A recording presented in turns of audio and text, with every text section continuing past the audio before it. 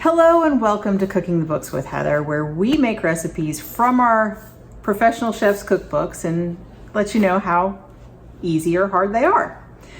Today we're going to be working from the Poole's Diner cookbook, Ashley Christensen's cookbook, and we're making grits with roasted pumpkin, aged maple syrup, and crispy pepitas. So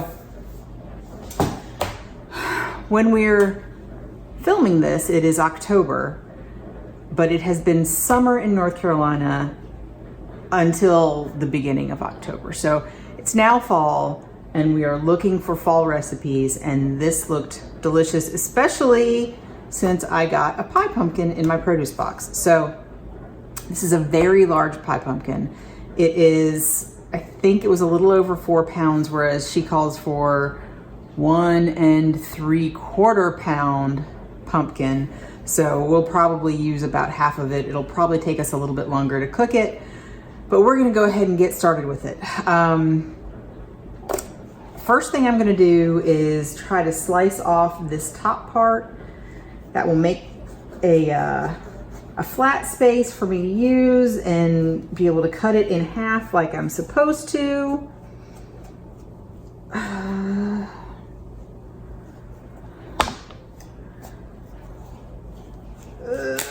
There we go.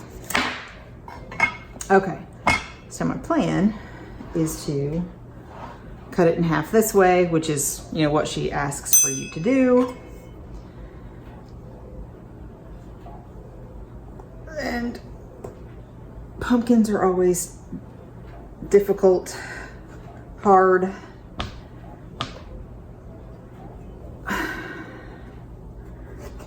There we go. But once you get into them, it's a little bit easier.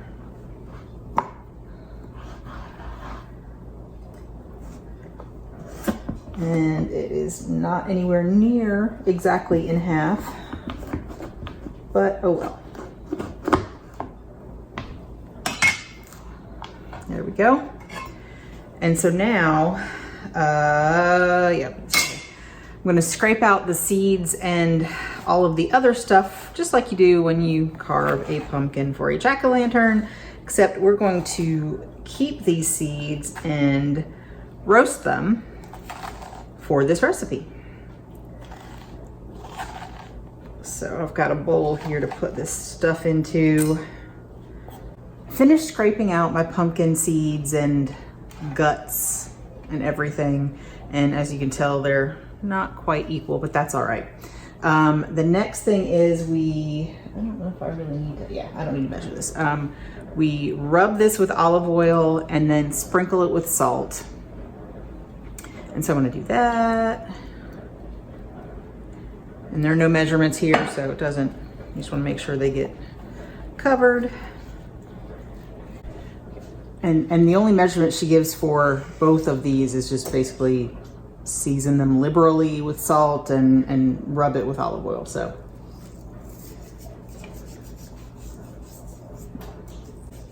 all right, I've got my oven on 350 convection. She says 375 if it's not convection.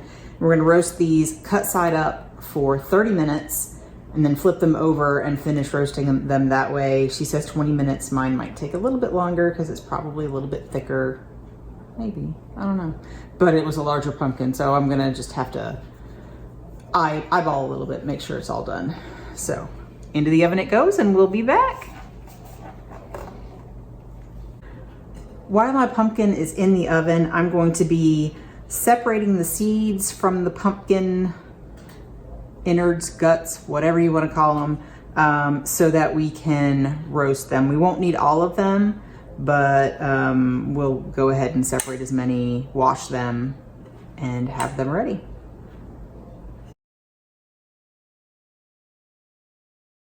Okay, so this is what they look like after half an hour cut side up. I'm going to flip them over, put them back in, and set another time. Okay, I've got my measured out and rinsed, washed pumpkin seeds here, Pepitas, and we're going to add some olive oil. And I forgot my usual paper towel, and some salt. We're just gonna toss these around. I've got my pan in the preheated oven, heating the pan, so they'll start cooking right away. So I'm gonna get my pan out of the oven. I'm gonna get a hot pad for this, and we're gonna put those on the pan. So I went ahead and chose my heaviest nonstick pan for this, just so that it would, whew, there we go. You can hear it sizzling. We're gonna spread these out, and they go in the oven for 18 to 20 minutes. She wants them brown and crispy. So that is what we're doing now.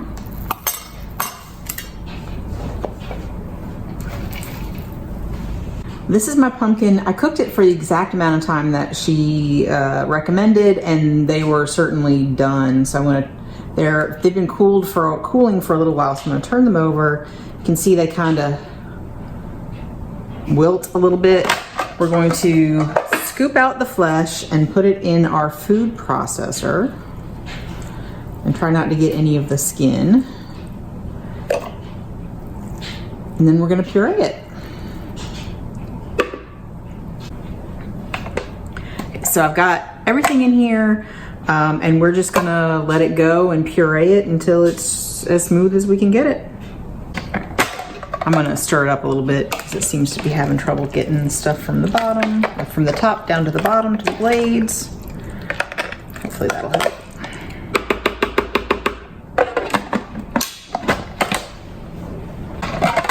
I think that's about as smooth as we can get it.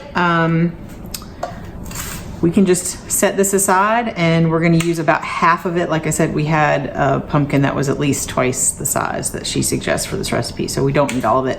And I'll save the rest for something else, maybe a pumpkin pie. You can freeze it like this and use it later. All right. We'll be back with our pepitas, our pumpkin seeds, when they're done roasting, and we'll get started cooking our grits.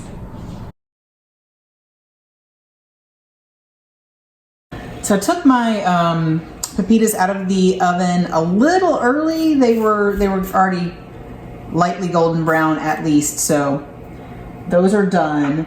And I've got water and salt coming to a boil here on the stove to start making our grits. It calls for stone ground white grits. I bought the House Autry brand.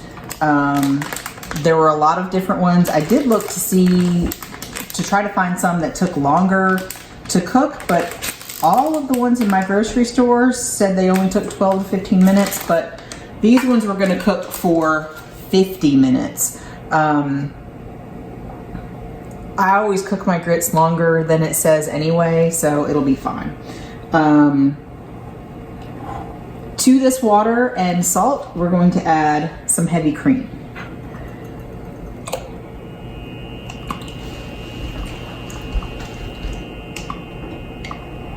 Now, if you have ever had super creamy grits, it's probably made with milk or cream along with the water, if not just milk. I think in the Deep Run Roots cookbook, she uses just milk. So now we're waiting for this to come to a boil. I've got it on high heat, so it'll probably come to a boil relatively quickly. All right, this came up to a boil, and I turned it down a little bit because with the cream in there, it might boil over, so I don't want it to do that. But we're gonna just go ahead and add our grits and stir those in.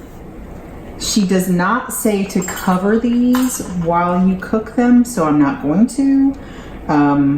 But you will need to watch them, especially if you're using a pot that, I mean, like this looks big enough, but these can bubble up a lot.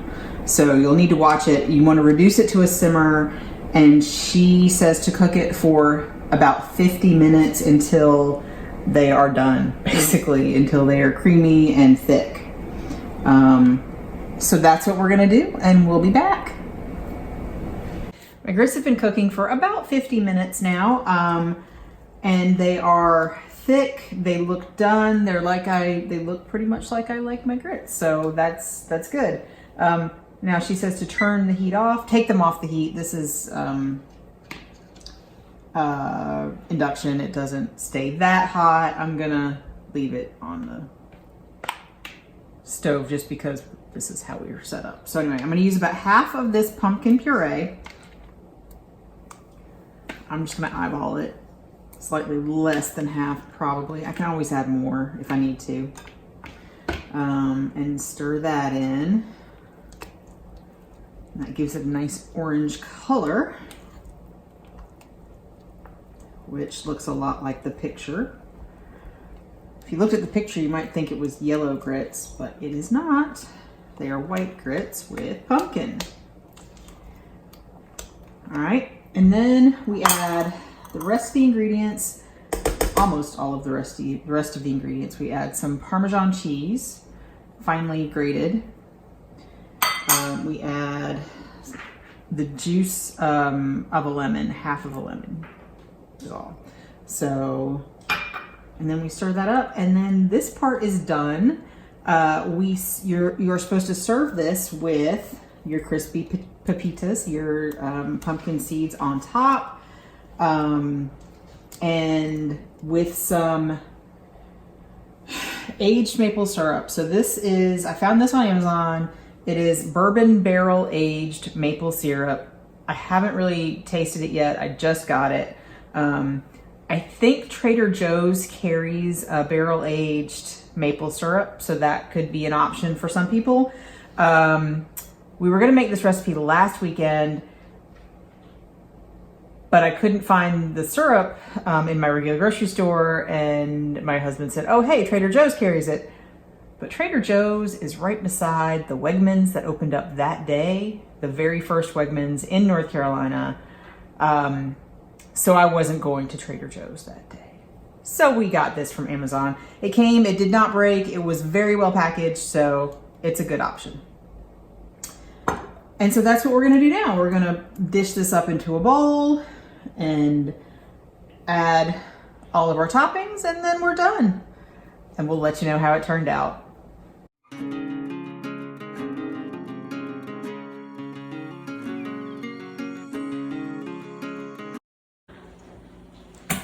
On this episode of Cooking the Books with Heather, we were cooking from Ashley Christensen's Poole's Diner cookbook, and we made grits with roasted pumpkin, aged maple syrup, and crispy pepitas. So, first off, aged maple syrup was not super easy for me to find. It wasn't at my standard local grocery store. I did find it on Amazon. You probably can get it at Trader Joe's, like I said. But if you are in a more rural area, you might have to order it from Amazon or another place like that. But because aged maple syrup is in the name of the recipe, I felt I needed to particularly have the actual aged maple syrup to make this. So I did. It was good. I really liked the aged maple syrup with the grits. And the grits themselves were really delicious. The cheese, you could taste the cheese maybe even a little bit more than the pumpkin.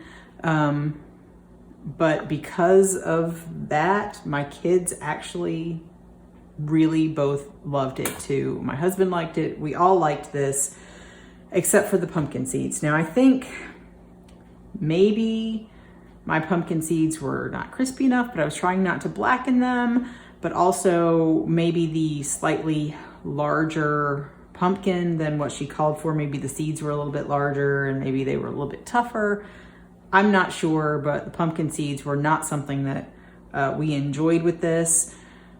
I really like pumpkin seeds without the outer shell, which you can buy those in the grocery store unshelled. I don't know how you would do that yourself at home. It seems just like a lot of work. But yeah, it was a relatively easy recipe. You do have to cook the pumpkin first, so it's sort of putting those things together, but nothing requires like a really horrible technique. I managed not to boil over my grits at all, so that was good. They cooked in almost exactly the amount of time that she said they should. So yeah, it was a great recipe, great fall recipe because it's got the pumpkin and the maple syrup. If you can't find it, regular maple syrup would also be delicious. So yeah, please make this. It is great. Everybody loved it, and it is easy. So if you enjoyed this recipe, please click the thumbs up button and subscribe to come back and watch me cook another recipe. Yeah, and we'll see you next week.